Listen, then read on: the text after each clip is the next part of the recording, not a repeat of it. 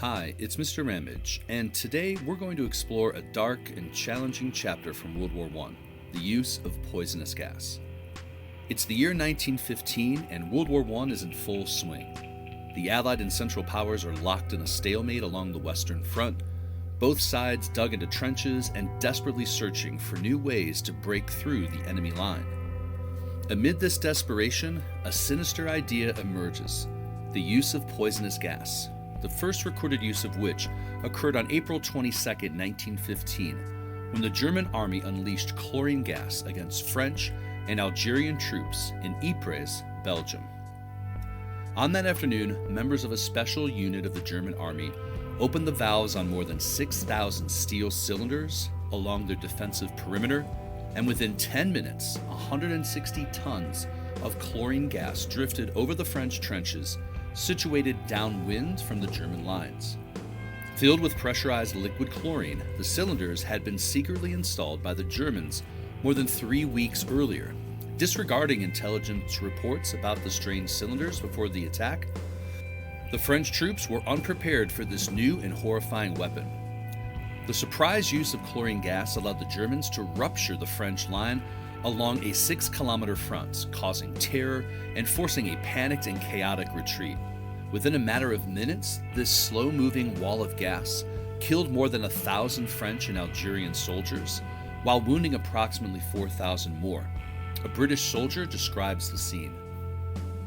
"I watched figures running wildly in confusion over the fields. Greenish, gray clouds swept down upon them, turning yellow as they traveled over the country, blasting everything they touched and shriveling up the vegetation. Then there staggered into our midst French soldiers, blinded, coughing, chests heaving, faces an ugly purple color, lips speechless with agony, and behind them in the gas-soaked trenches we learned that they had left hundreds of dead and dying comrades." The use of gas at the Battle of Ypres begins the implementation of chemical warfare as a means of breaking the stalemate along the Western Front. Now, chlorine gas is heavier than air, so it would settle into the trenches, making it a deadly and efficient weapon. The impact was devastating. Soldiers faced severe respiratory distress, and the psychological toll was immeasurable.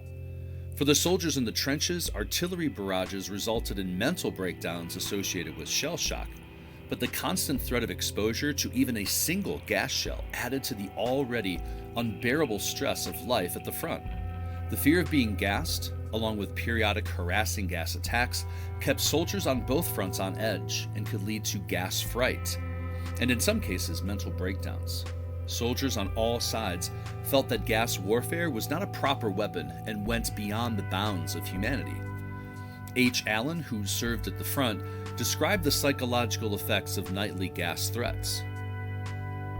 "With men trained to believe that a light sniff of gas might mean death, and with nerves highly strung by being shelled for long periods, and with the presence of not a few who really had been gassed, it is no wonder that the gas alarm went beyond all bounds.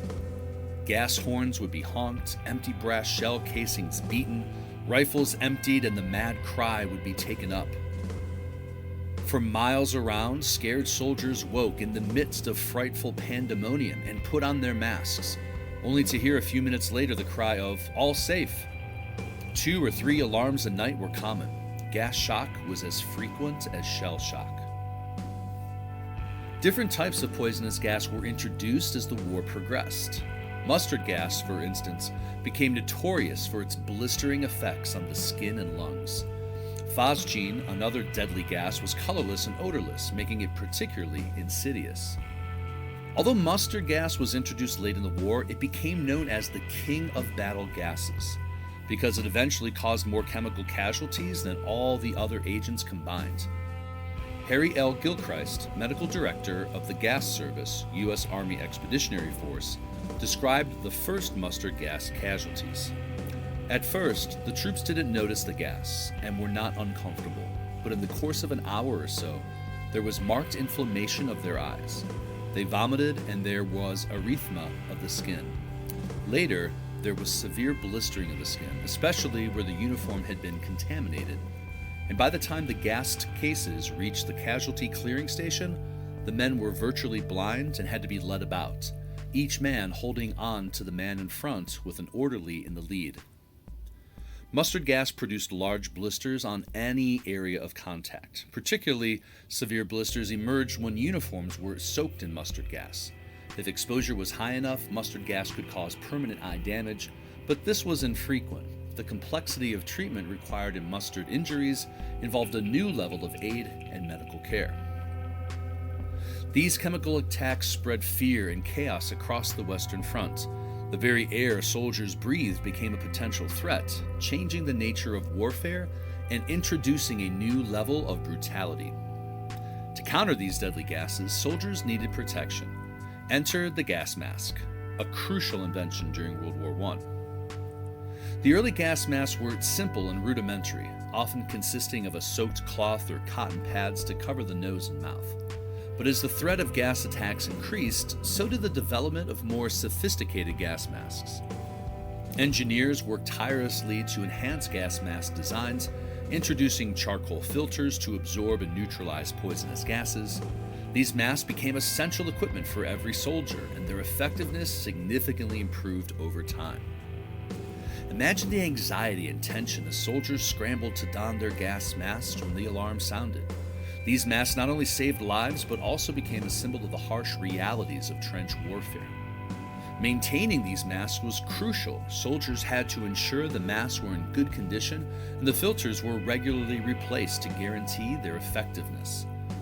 The gas mask drill became an integral part of life in the trenches and in preparing recruits for battle. The discipline and skills needed to quickly and effectively don protective gear became a necessary part of life for all on the front.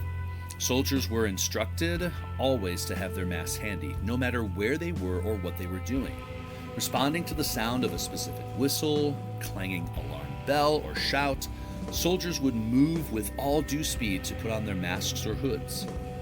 Far from embracing gas masks as a life-saving technology, soldiers sometimes felt emasculated and claustrophobic in them. As one British officer explained, "We gazed at one another like goggle-eyed, imbecile frogs. The mask makes you feel only half a man. The air you breathe has been filtered of all save a few chemical substances. A man doesn't live on what passes through the filter, he merely exists. He gets the mentality of a wide-awake vegetable." According to British infantryman Albert Marshall, by the second lot, we'd got gas masks which came right over your head. They were terribly hot and awful, but still, they stopped the gas. As we reflect on the use of poisonous gas in World War I, it's important to understand the profound impact it had on the soldiers and the course of the war itself. The introduction of chemical warfare brought a new level of horror and suffering, leaving an indelible mark on the history of conflict. The use of poisonous gas during World War I serves as a stark reminder of the lengths humanity can go in the pursuit of victory. Thanks for watching this video, and I hope you learned something.